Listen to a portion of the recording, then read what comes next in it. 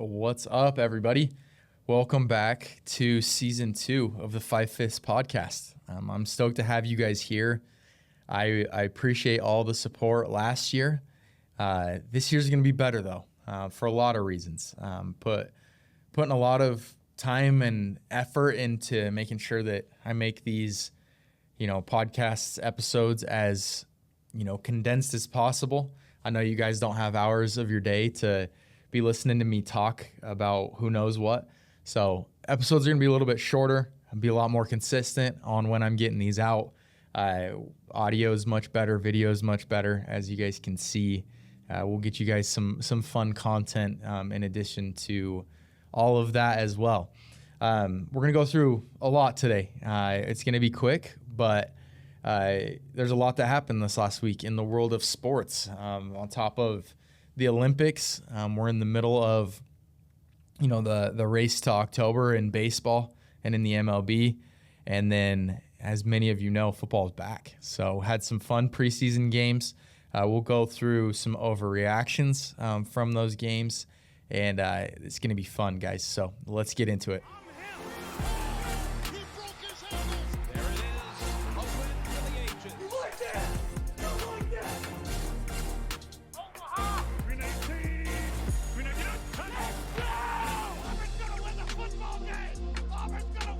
All right, guys. Well, let's jump into things here. I might look a little bit tired, maybe some bags under my eyes. I went to sleep at like 2:30 last night, and then my 2-year-old woke up at 5:45. So not a ton of sleep happening on my end, as I'm sure you guys can imagine. Having 2 kids under 2, not a lot of sleep that you're able to get at that stage. But I wouldn't have it any other way. It's fun. It's really fun to be a dad. And,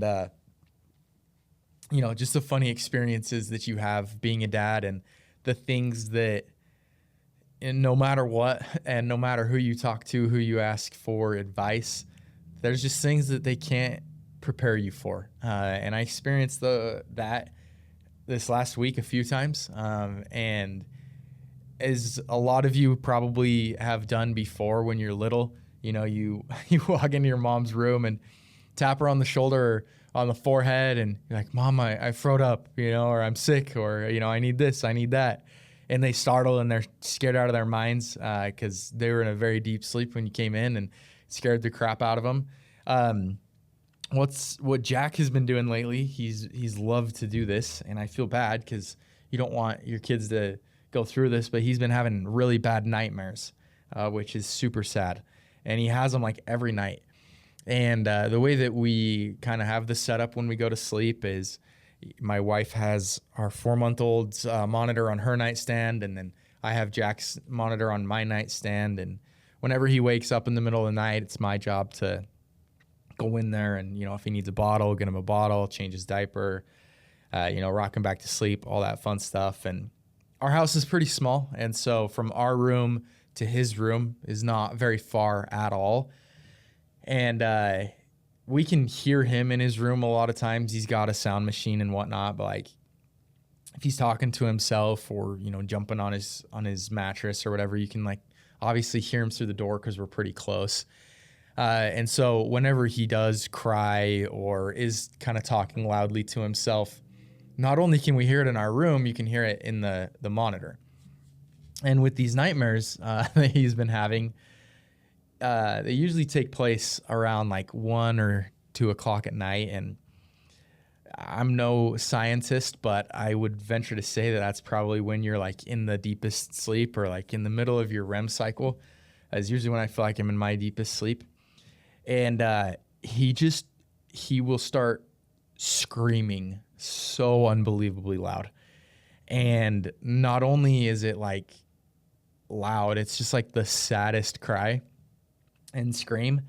And man, let me tell you, that's a test to see how alive you are and how quickly you can respond to things like that. Is not only hearing it in your monitor, but hearing it across the hall.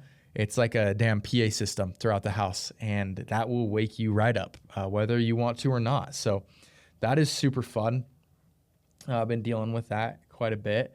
Another thing that he loves to do right now is, I swear, little kids, like, he can't even really talk yet. Like, there's very few words that he knows how to say. But one thing we've been working on with him is teaching him how to say thank you when you give him something, or someone does something nice for you, or a friend shares a toy with him, whatever it is. It's like, teach him to say thank you, right? We want him to be polite, right? Kids are like so much smarter than we give them credit, and they're incredible salesmen. I'll tell you that. What he does is, if he finds a snack that he wants, or like a toy or whatever, he'll just walk up to me and he'll stand at my feet and he'll just look up at me like this and he'll say, thank you, thank you, thank you, as he hands it to me. And it's like, how do you say no to that? He's already telling you thank you for doing what he needs you to do. And it's like, you literally can't say no. It's a very good tactic. It might be something that I start to use. But really funny, the stuff that kids do. And like I said, it's just things that no one can ever prepare you for. They just happen.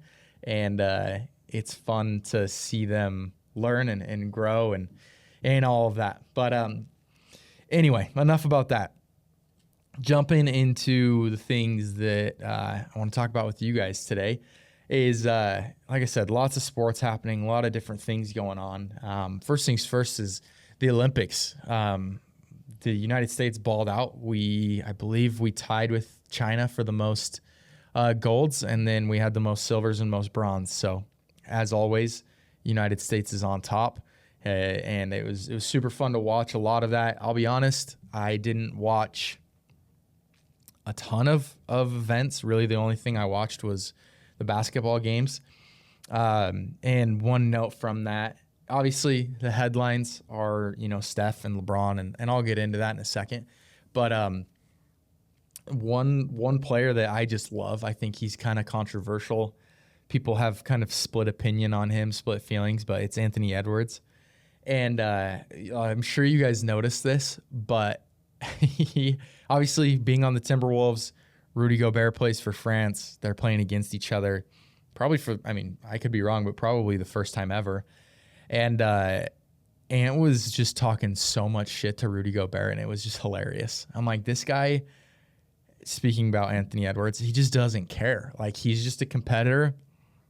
Doesn't matter if you're on his team when you go back to the States, when you're playing during the NBA season, like, he's still going to give you the business regardless, and he's going to say whatever he wants. And it was just hilarious to see him, like, all up in Rudy's face, talking crap, and I just love the kid. I think he's so much fun to watch, and like I said, just the ultimate competitor, ton of fire, charisma, all that stuff. He's a blast to watch. I love that kid.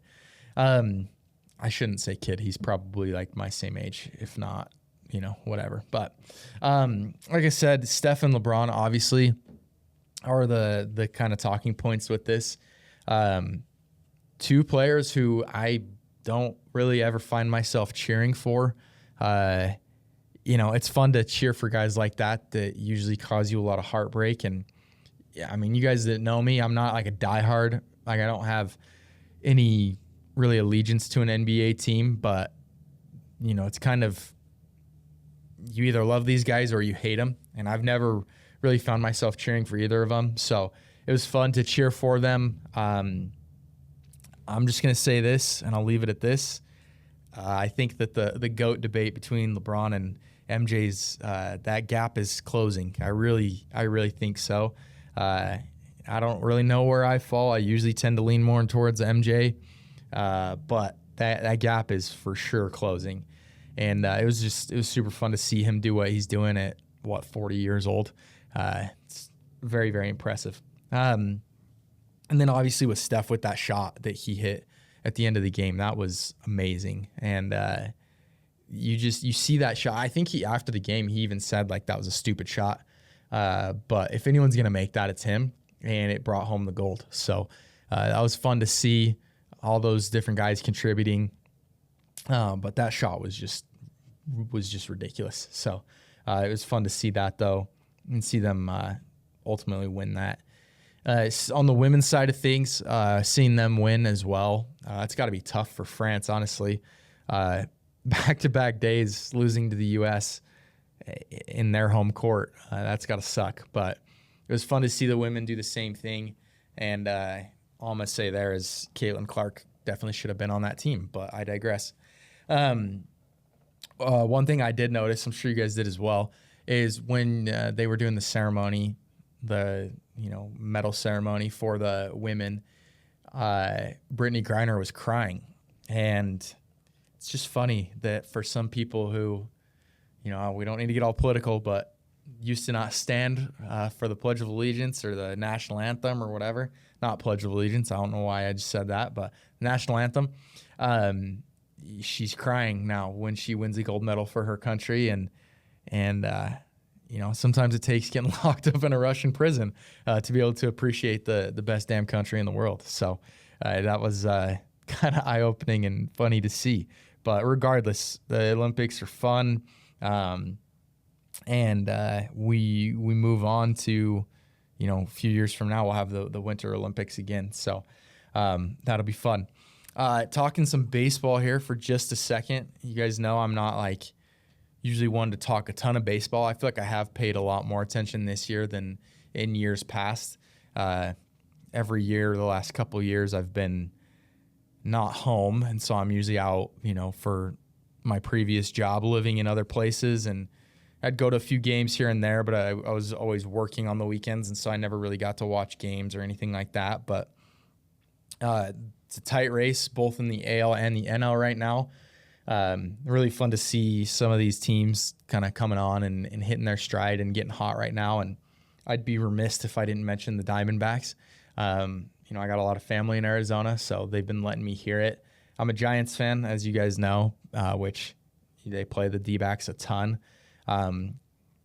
But they're looking just like they did last year, where they got hot second half of the season and are starting to play some really good baseball. They just took 2 out of 3 from the Phillies, who a lot of people think might be the best team in the NL. So fun to see that. It's a tight race. It's going to be really fun to kind of watch this, road to October, see who can make it and sneak in those wild card spots. So I'm excited to see how that shakes out.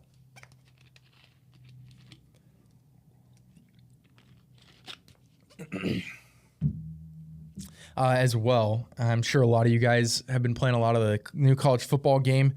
I wish I could put more hours in on the sticks there, but having kids and other priorities, haven't really been able to, but I've played my fair share so far.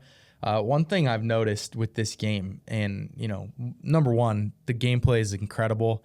You literally feel like you are in the game when you're playing it. The graphics are awesome, the crowd noise, all that stuff, super, super fun.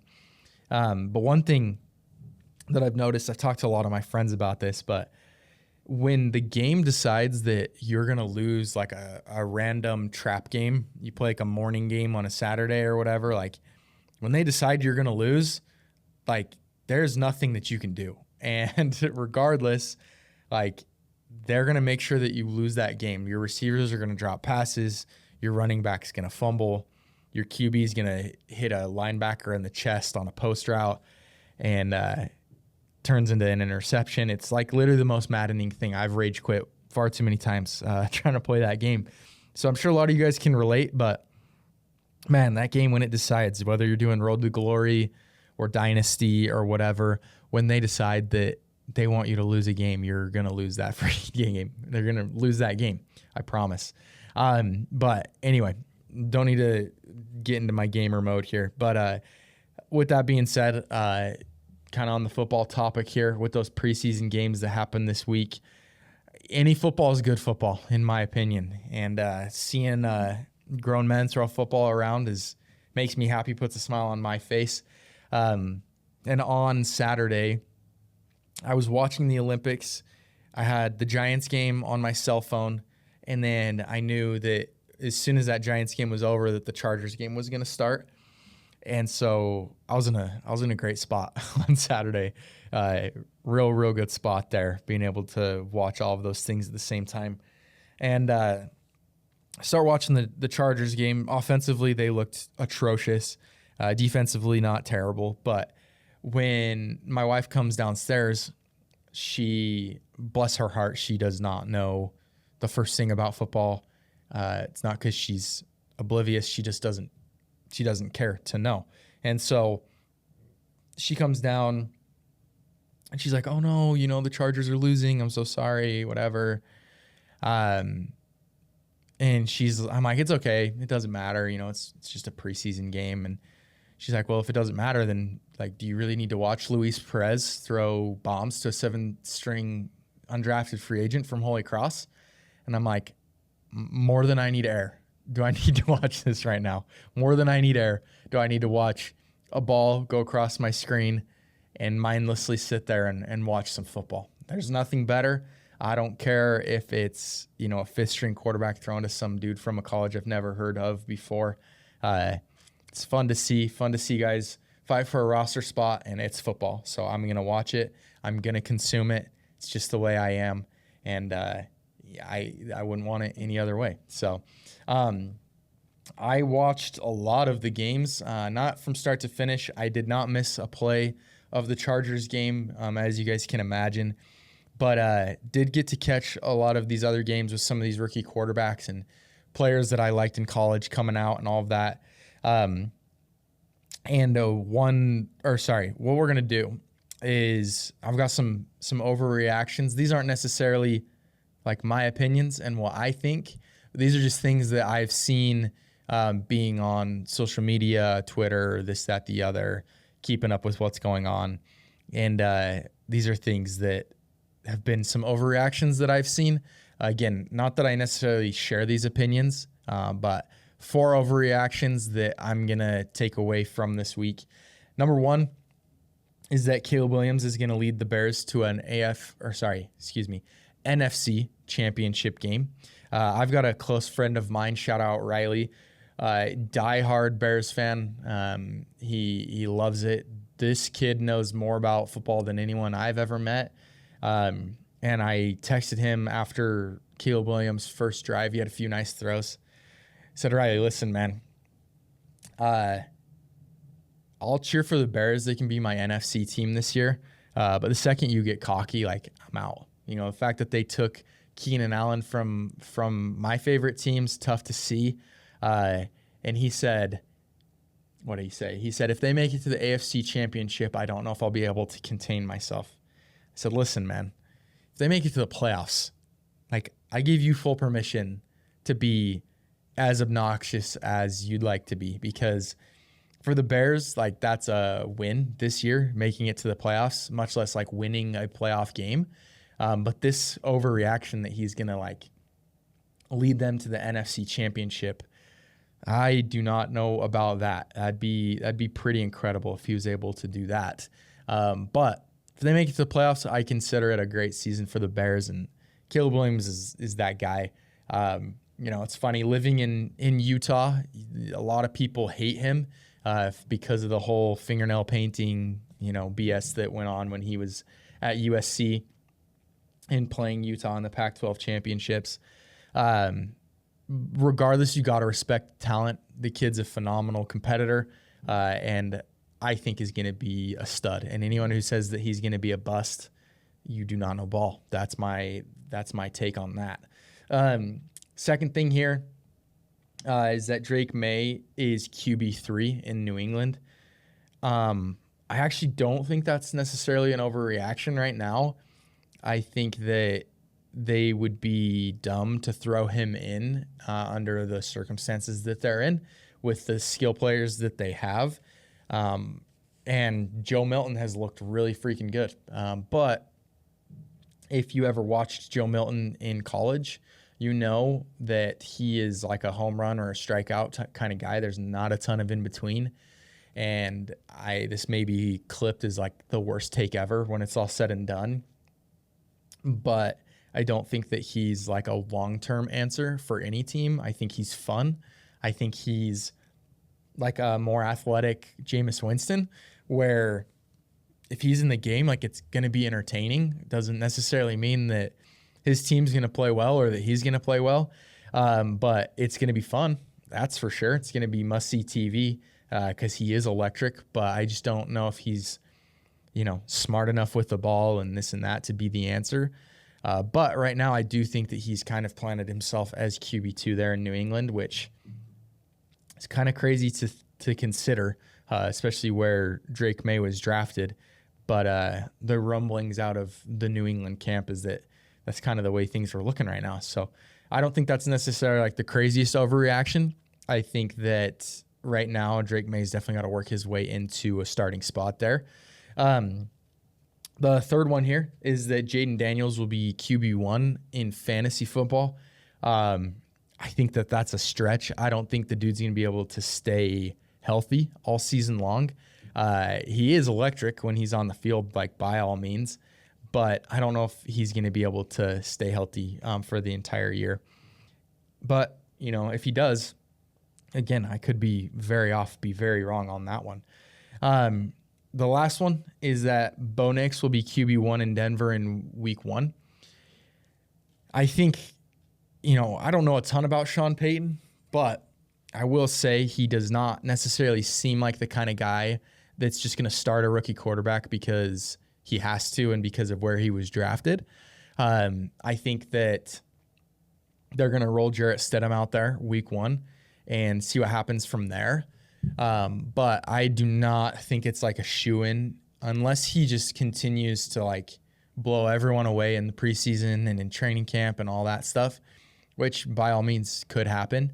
But him being QB1 week 1, I think is a stretch. I think that the second that Jarrett Stidham shows some signs that he's not the guy, they'll throw Bo Nix in there pretty dang quickly. But right off the bat, I don't think that he's going to be that number 1 QB week 1. He did look like super good against the Colts, but Zach Wilson also looked pretty efficient against the Colts. And let's keep in mind that they're not playing against the starters, and preseason can definitely be an anomaly sometimes. And, the Colts aren't playing all their starters on defense. And so, we'll see what happens with that. I think he's going to start next week, which will be fun to see. But, that game against the Colts, he looked good in the time that he had. He had some throws that were really impressive to me. Seems like he's making decisions really quickly there. But it'll be fun to see if he ends up being the quarterback week 1 there for Denver. Speaking of the Colts, you guys have to have seen this video by now. I hope that you have. It is it's epic to say the least.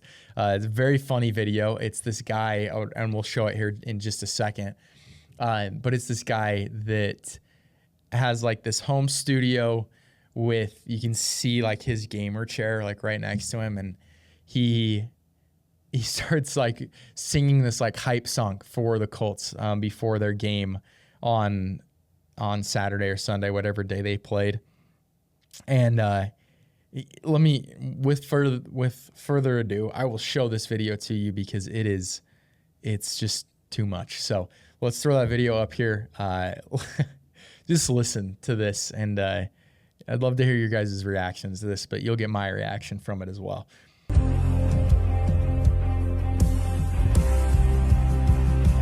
This is our Colts, this is our team, we bleed blue.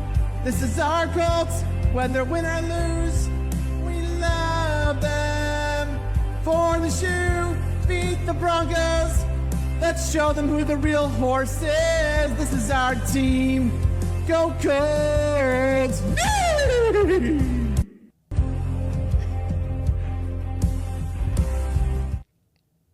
Man.